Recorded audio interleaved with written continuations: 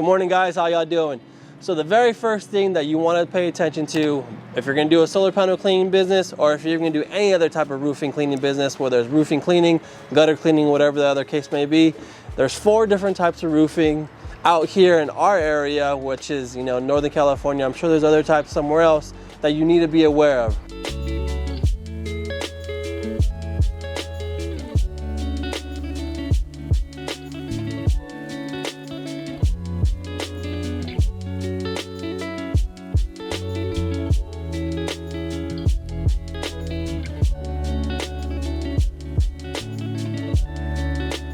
So the first one's going to be, you have your shingle roof, just a normal asphalt shingle roof.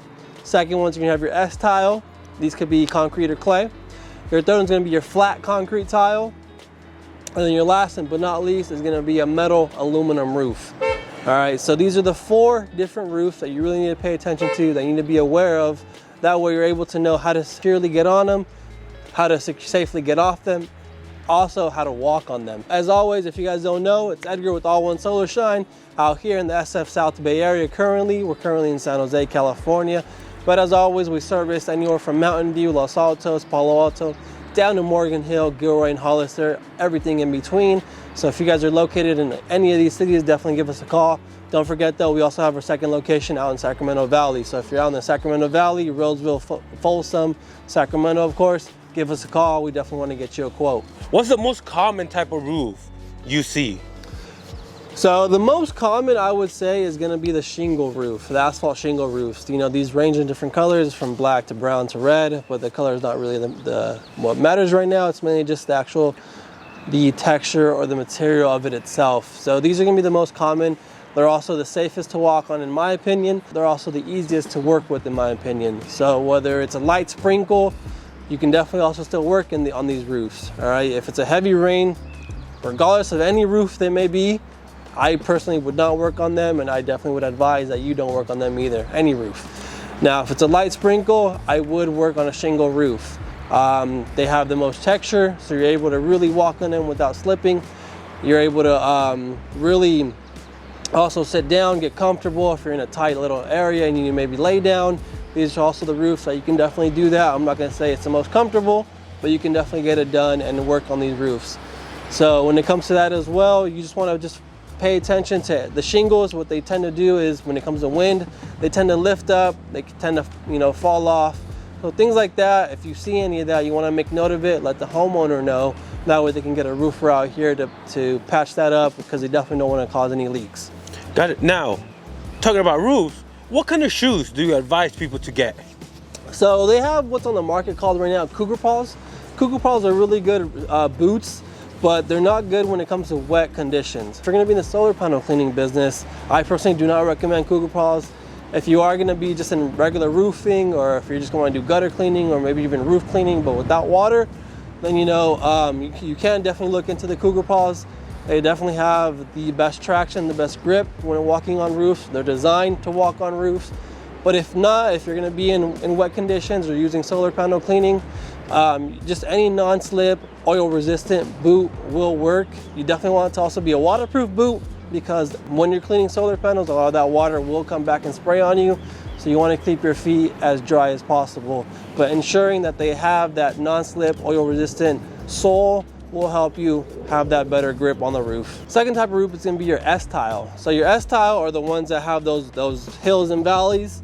Those can come in either a clay or in a concrete. So for those of you that have never walked on this, it's very tricky. I definitely would, either let the homeowner know that there is a possibility of some of these tiles being broken. 2, ask the homeowner first if they have replacements, if they have extra tiles. In case a tile breaks, you can replace it. 3, have a good roofer in your back pocket, because if you go and break a lot of tiles, you're definitely going to want a roofer up there to fix your mess. So working with these tiles, the S-tiles, if it's the clay S-tiles, highly stay away if you're not experienced. They're really thin, they break very easily. So you really want to walk on the section of the roof where it's overlapping. That way you don't break the tiles. As I say, don't break the tiles. It's still very hard. You're still gonna break a couple here and there just because they're so thin. And also, depending on how old the roof is, that clay only gets more brittle, so it just breaks easier. So as always, ask the homeowner if they have replacements. And then, like I said, have a roofer in your back pocket, because if anything breaks, you definitely want to get it fixed. The last thing you want to do is leave a roof with broken tiles, because you don't want the homeowner calling you back in a year or 2 years from now saying, I have a leak now, you were the last person on my roof. Now, that leads me to my next what if question, right? What if you do break a tile? What if you are walking and it actually does crack? So you can glue it back together. All right, they do have special roofing glue that you can glue it back together. First and foremost, I would let the homeowner know, take a picture, let them know that you broke this one tile, you glued it back together, it's still fine. If it's just, you know, one simple crack. Now, if it's a tile that just completely shattered or just has multiple cracks and you're gonna try and put Humpty Dumpty back together again, you know, you definitely wanna do that. So what I would do then is ask the homeowner, do you have a replacement tile that I can replace this broken tile with? If they do, great, replace it, glue that one back in so it doesn't move. If they don't, that's where you wanna make sure you have either a roofing store in hand, grab a couple extra tiles, or get that roofer on site and have him change that tile out for you. Don't worry so much about the tile maybe not matching color-wise, because what you can always do is take an existing tile from that house and swap it out, and then put the new tile that you got in another spot that isn't so visible, you know, from the ground. That way, everything still matches from the ground view. So that's definitely what you want to do. Now, if you're dealing with the S tile that's concrete, you still want to be very careful. You still want to walk on the edges that overlap. The concrete, though, it's a lot thicker than the clay, so you don't have to worry too much, but you still have to be very careful when walking on this. Same precautions, you know, same also procedure. If anything breaks, you want to let the homeowner know always, and then you want to, you know, glue it together. If it is just one simple crack, if it's multiple cracks, or if it shatters, then you want to replace it for sure. So the third roof that you definitely want to be aware of is going to be your concrete flat tile. So it's just a simple, you know, just flat tiles. They overlap each other. Some of these are smooth, some are textured. So my preference is always going to be textured ones. That way you have really good grips, kind of like running on, you know, just on your concrete curb or something, or maybe on the street. It has that good texture. So when you're up on the roof and you're walking, you definitely feel safer. These are definitely always going to be thicker compared to everything else. So that way, you know, they're really not going to break as easy. You still want to just always watch your footing. You don't want to put too much pressure when walking on your toes. You always want to try your best to walk flat-footed. That way the weight is dispersed evenly. And then as always, when it comes to those peaks and valleys, on the roofs, you don't want to step on that. Because of that peak, it has a tendency to break right in the middle. So you want to avoid that and just always walk on the flat edges of the concrete tiles. If it's going to be the smooth concrete tile, definitely stay away in wet or windy conditions, because it is smooth. There's not going to be a lot of grip, a lot of texture for your boots to grab onto. So you do have the tendency to slip if you know, if it's wet. Any of these, whether it's shingles, whether it's tile, whether it's clay, if there's moss on these, because moss grows on all of it, you know, in the shady areas of the roof, and it's wet, stay away. You definitely don't want to walk on any tile or any shingles that has moss on it, because that's very slippery, very dangerous, and you're going to be slipping like that, which hopefully, you know, it doesn't happen, because you don't want an accident to happen. And the last type of roof, which is the fourth roof that I definitely want you to be aware of, is the metal aluminum roofs. They're not very common. I don't know if they're more common in other parts of California or maybe other parts of the state, but here in NorCal, I've only dealt with them 2 times. But they definitely are tricky roofs. So it's an aluminum roof that has the valleys in it, but it's like coated in sand. So I don't really know the exact term. So if you know the term, if you're a roofer and you know what it is, drop a comment. I definitely want to know exactly what it's coated in. It's kind of coated like in some asphalt sand. So it looks like a shingle roof, but it's not. You'll know exactly once you get up there, and the homeowner will most likely tell you, because they also want to make sure that you know how to walk on it, that you don't dent it, that you don't fall through it. So they'll let you know, but it definitely has like a texture coating to it.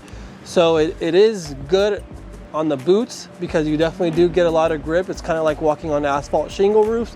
But this one, you do need to know where to walk on it. You definitely want to walk where it overlaps because you don't want to be denting it. The last thing you want to do is leave a bunch of potholes in the roof where water is going to accumulate, or where maybe a crack might happen. So you definitely want to make sure you walk safely on this roof and get it done properly. So those are the 4 roofs that I wanted to talk about. But like I said, as always, if anything happens, make sure you get pictures, make sure you let the homeowner know. Last but not least, do not just leave the job thinking the homeowner will never come up here and see. Maybe they won't, but hey, if a leak ends up happening, the homeowner will see that leak. So don't ever leave just thinking, you know, this will never get known. Take pictures, let the homeowner know what happened, whether it was your fault or not. Sometimes I've gotten on a roof to where I literally I'm going up there and there's already a broken tile. Before I do anything else, I take a picture, I go back down, let them know, hey, this tile was already broken before I came. So if they had solar panels installed, then maybe it was that solar panel company. Maybe it's another cleaner, or maybe it just broke just for who knows what, a golf ball hit it. You know, there could be many factors as to why a roof tile broke, but you just want to let them know that it was already broken. That way you can get it resolved, whether it's replacing it or gluing it back together. I appreciate you watching. Appreciate you liking and subscribing to the videos. Drop all the comments below regarding any other roof types that you come across, maybe in different parts of the country, or maybe in just different parts of California. Any other roofs that you deal with and how you deal with them. Once again, as always, I'm Edgar with All One Solar Shine. You know, going from Mountain View, Los Altos, down to Morgan Hill, Gilroy, and Hollister, everything in between. And we also serve the Sacramento Valley. So if you're in any of these 2 locations, give us a call, shoot us a message. We definitely want to give you a quote. Peace.